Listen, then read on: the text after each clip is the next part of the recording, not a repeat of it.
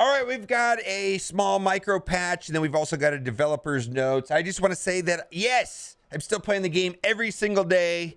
I've got my Iron Man up to about 1.2 million, and I'm sticking to my much under $20 a week strategy. I've been having fun playing the game. We've got developer's notes, and then also a maintenance. Now, the developer notes is kind of like a road ahead. So that is things that are coming in the next month or two. Also worth mentioning, and nothing in this patch or the patch notes or the developer notes has any mention of magic. Where is she? It's like a month late, but they're going to talk about a companion system and a way of transferring gear to other characters. All looks very good. As far as what's happening today, there's going to be a very small change right here, and I believe there's been some confusion on this where they talk about regions transfer. Now, this does not look like a server merge. What this looks like to me is that each server is assigned a region, and there's going to be some changes to that. Mega Flight has kind of been, well, that's where I am, has been in our own little world. We haven't been matching up against other people, but now we are going to be matching up with other people, and that's going to affect only certain game modes. And I got to give credit to Sexy Llama, which clarifies this very well here on Reddit.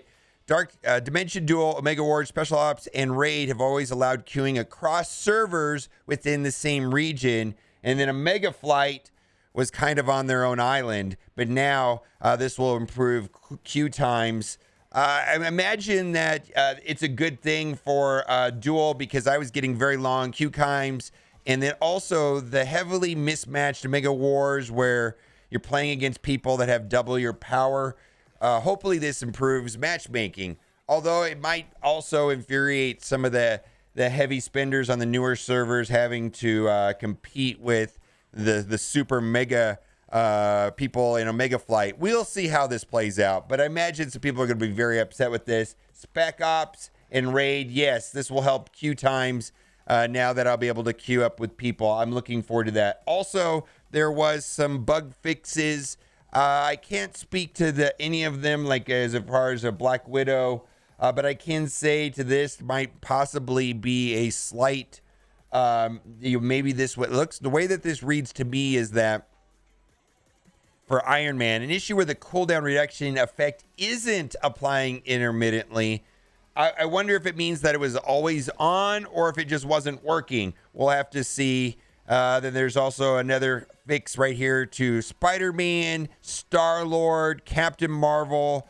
Basically, most of the characters in Black Widow are having some small changes and bug fixes. And now, the developer's notes, again, no mention of magic, but they do mention some new things coming to the game, and I welcome these changes. They look pretty appealing to me with the companion system and the internals and all that. Greeting agents, this is the Marvel Future Revolution dev team.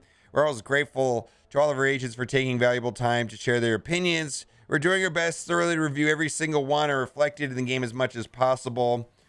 At least they say that. That's kind of nice. Hero balance adjustments and fixes requested were addressed in the last maintenance. Hero balance will be an ongoing initiative. Continue to monitor this area and strive to improve upon it. It's interesting, like when I did my tier list way back, I kind of was poo-pooing Storm, Star-Lord, and Captain America, and they've been making adjustments to those three characters. I kind of feel like Storm is in a good place, and I can't really speak to Captain America or Star-Lord.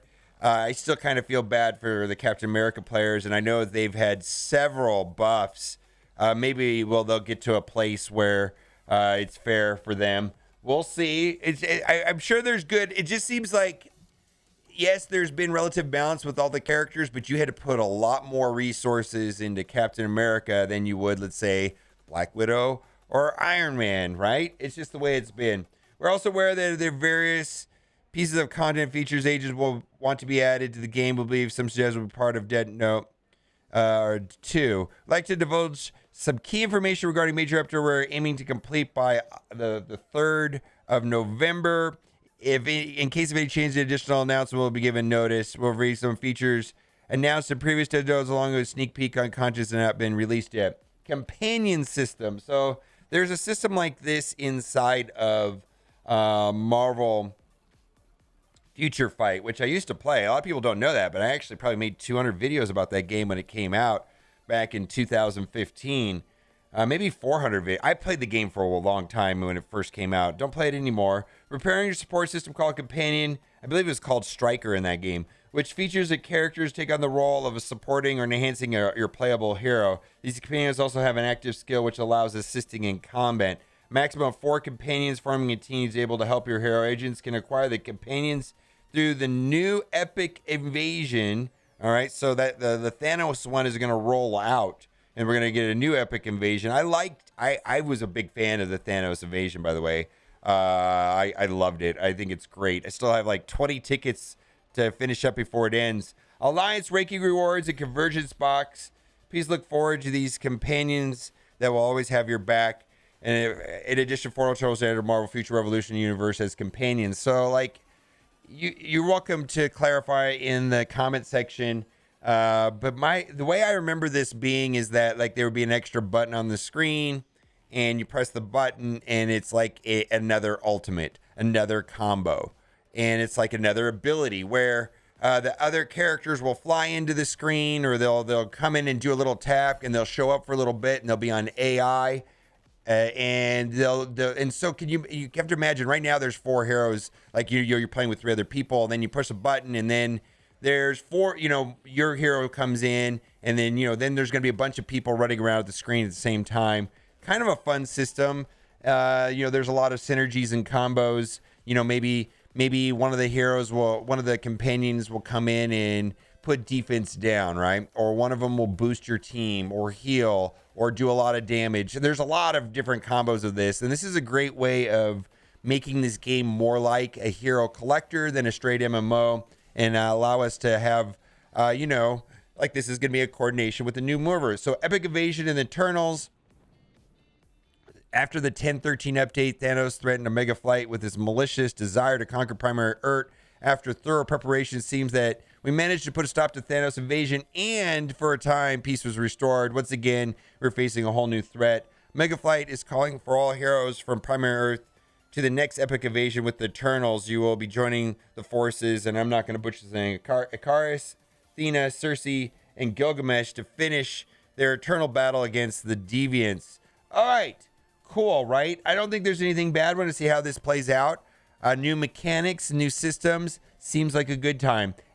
A Mega War beta. So this is going to happen on the weekends, apparently. Many of our agents expressed the need to add some new content they can enjoy with their Alliance members. Thus, we're planning to add an all-new Omega War mode where Alliances can battle against each other in order to provide more Alliance-based gameplay. Yeah, the importance of the Alliance right now is not that big of a deal. I mean, it's kind of important, but I imagine this is going to make the Alliance more important. The Alliance leader or deputy can register for participation in the war, which will be held every weekend. Rewards will be given based on the results of the war, and those rewards were counted towards the newly added Alliance ranking. Alliance Mega War will initially run as a beta service once it's updated, so please give us your feedback on this feature. We look forward to active participation from all Alliances. I really like this. I think it's going to be fun. Agents can start playing the Alliance Mega War 2 weeks after the Eternals update is complete. So what they're talking about is the companion system in the Eternals will be happening then, and that this is supposed to be coming 2 weeks. Yeah, we've been waiting that 2 weeks for Magic, right? When is Magic coming to the game? Hopefully on the 3rd, but we'll see, right? I'm surprised that they don't mention any of that here. Okay. New ranking system, Alliance ranking. The total contributions of Alliance members will be determined by the Alliance ranking on the server. Current contributions are limited to donate, check-in, Alliance liability will be counted, take content usage into account as well. Alliance ranking will be updated every week, and the season rewards will be awarded. Great. Elite ranking. Agents can check their strongest player on the server, unless we divided by ranks by squad and ranks by hero type. A special symbol awarded to the top player. Okay. Transmutation. This is probably some of the best thing I've seen. I wonder what it's going to cost. This will basically effectively allow people to run more than one character or switch mains. For me, I'm happy with Iron Man. I was thinking about this today. If I was going to switch mains, what would I switch to? I was like, I don't know. I'm pretty happy with Iron Man. You know, it's, you know, and I feel like a lot of people that have wanted to switch have already switched, but it's going to make it easier, right? You can use transmutation to change your costume as a mega card to be usable from another hero to your squad. Cool. For costume, only the hero that equips the costume will change, and all of its information and stats are retained. Cool. For mega cards, only the hero's exclusive stat will be converted and applied. That's been one of the most annoying things, is that, like, you get a special card and you want to use it on a different character. It doesn't work that way. So I kind of wish this was in the game a long time ago. I think a lot of the frustrations that some of the heavy spenders had was around this, and I think a lot of them have already left. The transmutation criteria, basically, it's gonna, on costumes, it's gonna be reserved for region and special costumes, and on mega cards, it's gonna be rare and special mega cards. Cool. Very, very cool. At what cost? How much is it gonna cost? I don't expect this to be inexpensive, by the way. I'm fully expecting this to be completely monetized. All right. Battle badge crafting. Boy, I have saved all of my purple 4-star gear since they announced this a little bit ago. A function that allows agents to craft and acquire 4 through 6-star Blitz battle badge will be added. The previous star battle badge will be used as a crafting material. I wonder if that means that 3 stars can be used also. Kind of, what do you think? I kind of, well, the way I read that there, the previous grade star will be used as the crafting material. So does that mean that you can use your 3, instead of crunching them in that box that gives you next to nothing, you can now save those and crunch them into 4s? We will be allowing, and at what cost of gold? Already gold in the core system is horrible. Hopefully the gold's not too bad, and Convergium, right? Also planning to allow agents to achieve collections or increase their power through the battle badge crafting. Cool. Craft higher grade battle badges with the battle badges you possess. Yeah, you know what? I hope I can re-roll things too. Because one of the biggest frustrations is not getting cores on, not getting cores or getting yellow cores. I mean, getting a 1 core or double yellows is terrible. Nano Fusion costume option change. This is pretty good. A function will allows for changing the Nano Fusion costume options will be added.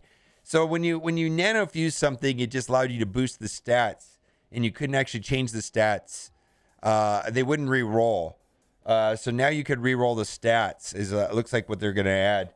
Nano Fusion costume option change only affects the bonus stats, just like the current costume option change. There you go.